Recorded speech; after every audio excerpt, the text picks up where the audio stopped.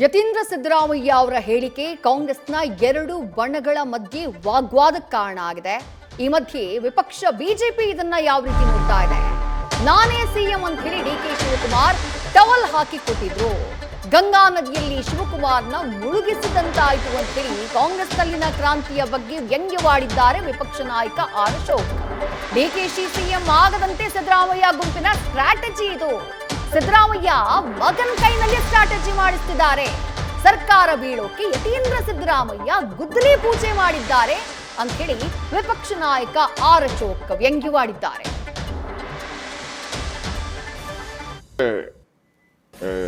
DK ಶಿವಕುಮಾರ್ನ Ganga ನದಿಯಲ್ಲಿ ಮುಳುಗಿಸ್ದಂಗೆ ಆಯ್ತು ಅಂತಾರೆ. ಡಿಕೆ ಶಿವಕುಮಾರ್ಗೆ ಅವ್ರು ಹೇಳ್ತಾ ಇದ್ರು, ನಾನೇ ಟವಲ್ ಹಾಕೊಂಬಿಟ್ಟಿದ್ರು. ಆಗಲೇ CM ಕುರ್ಚಿ ಮೇಲೆ 2.5 ವರ್ಷ ಆದಮೇಲೆ ನಾನೇ ಮುಖ್ಯಮಂತ್ರಿ ಅಂತೇಳಿ ಕುರ್ಚಿ ಮೇಲೆ ಟವಲ್ ಹಾಕ್ಕೊಂಡು ಕೂತಿದ್ರು. ಪಾಪ ಡಿಕೆ ಶಿವಕುಮಾರ್ ಅವ್ರಿಗೆ ನಿರಾಸೆ. ಅಂದರೆ ಸಿದ್ದರಾಮಯ್ಯನವರ ಗುಂಪು ಯಾವ ರೀತಿ ಸ್ಟ್ರಾಟಜಿ ಮಾಡ್ತಾ ಇದೆ ಅಂದರೆ, ಮುಂದೆ ಯಾವತ್ತೂ ಕೂಡ ಡಿಕೆ ಶಿವಕುಮಾರ್ ಈ ರಾಜ್ಯದಲ್ಲಿ ಮುಖ್ಯಮಂತ್ರಿ ಆಗಬಾರ್ದು. ಆ ಥರ ಸ್ಟ್ರಾಟಜಿಯನ್ನು ಸಿದ್ದರಾಮಯ್ಯನವರು ಅವರ ಬೆಂಬಲಿಗರ ಕೈಲಿ ಮಾಡಿಸ್ತಾ ಇದ್ದಾರೆ, ಮಗನ ಕೈಲಿ ಮಾಡಿಸ್ತಾ ಇದ್ದಾರೆ. ನಾವು ಪದೇ ಪದೇ ನಾನು ಹೇಳ್ತಾ ಇದ್ದೆ, ನೋಡಪ್ಪ ನವಂಬರ್ ಡಿಸೆಂಬರಲ್ಲಿ ಕ್ರಾಂತಿ ಆಗುತ್ತೆ ಅಂತ ಹೇಳಿದೆ. ಅದನ್ನು ಅವ್ರೇನು ಹೇಳಿದ್ರು, BJPಯವರು ಕ್ರಾಂತಿನೂ ಇಲ್ಲ ಭ್ರಾಂತಿನೂ ಇಲ್ಲ ಅಂತ ಎಲ್ಲರೂ ಹೇಳಿದ್ರು. ಈಗ ಯಾಕೆ ಹೇಳ್ತಾ ಇದ್ದಾರೆ? ಅವರ ಮಗ ಸಿದ್ದರಾಮಯ್ಯನವ್ರ ಮಗ ಯತೀಂದ್ರ ಹೋಗಿ ಹೇಳೋ ಅಂತ ಅವಶ್ಯಕತೆ ಏನಾಯ್ತು? ಅದನ್ನ ಅದು ಬೆಳಗಾವಿ ಎಲ್ಲ ಕಿರಿಕಾಗೋದು ಹೊಸರಿನೂ ಅಲ್ಲಿಂದನೇ ಶುರುವಾಗಿದ್ದು ಪಕ್ಷಾಂತರ.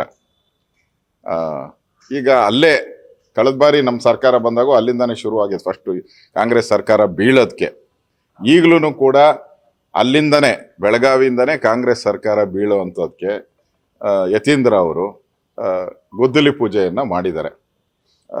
ಏನು ನಮ್ಮನ್ನು ಸುಳ್ಳು ಸುಳ್ಳು ಅಂತ ಹೇಳ್ತಾ ಇದ್ರು, ಅದು ನಿಜ ಆಗ್ತಾ ಇದೆ. ನವಂಬರ್ ಕ್ರಾಂತಿ ಡಿಸೆಂಬರ್ ಕ್ರಾಂತಿ ಏನಾಗ್ತಾ ಇದೆ ಅದು ನಿಜ ಆಗ್ತಾ ಇದೆ ಅಂದರೆ ಇದರಿಂದ ಸ್ಪಷ್ಟವಾಗಿ ಅರ್ಥ ಆಗ್ತಾ ಇದೆ. ಕಾಂಗ್ರೆಸ್ ಒಂದು ರೀತಿ ಗೊಂದಲದ ಗೂಡಾಗಿದೆ.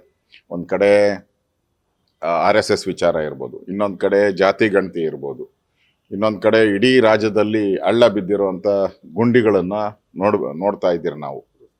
ಈ ಥರದ್ದೆಲ್ಲ ವಿಚಾರಗಳನ್ನು ಅವರು ಅಭಿವೃದ್ಧಿ ಕುಂಠಿತ ಮಾಡಿ ಈ ಥರದ ವಿಚಾರಗಳಿಗೆ ಡೈವರ್ಟ್ ಮಾಡ್ತಾವ್ರೆ. ಜನ ಏನು ಮಾಡ್ತಾರೆ, ಯಾಕೆ ಅಭಿವೃದ್ಧಿ ಮಾಡಿಲ್ಲ, ನಮ್ಮ ರಸ್ತೆ ಸರಿ ಇಲ್ಲ, ನಮ್ಮ ಆಸ್ಪತ್ರೆ ಸರಿ ಇಲ್ಲ, ನಮ್ಮ ಶಾಲೆ ಸರಿ ಇಲ್ಲ, ಹಿಂಗೆ ಕ್ಲೈಮ್ ಮಾಡ್ತಾ ಇದ್ದಾರೆ ಜನ. ಅದಕ್ಕೆ ಡೈವರ್ಟ್ ಮಾಡೋಕ್ಕೆ ಈಗ ಯತೀಂದ್ರ ಒಂದು ಹುಳ ಬಿಟ್ಟಿದ್ದಾರೆ. ಇದೊಂದು ಅಷ್ಟು ದಿನ ಓಡ್ತೈತೆ ಕಾಂಗ್ರೆಸ್ ಪಾರ್ಟಿಯಲ್ಲಿ. ಒಟ್ಟಿನಲ್ಲಿ ಕಾಂಗ್ರೆಸ್ ಗೊಂದಲದ ಗೂಡಾಗಿದೆ. ಯಾವಾಗ ಸರ್ಕಾರ ಬಿದ್ದೋಗ್ತೈತೋ ಗೊತ್ತಿಲ್ಲ, ಆ ಪರಿಸ್ಥಿತಿ ಇದೆ.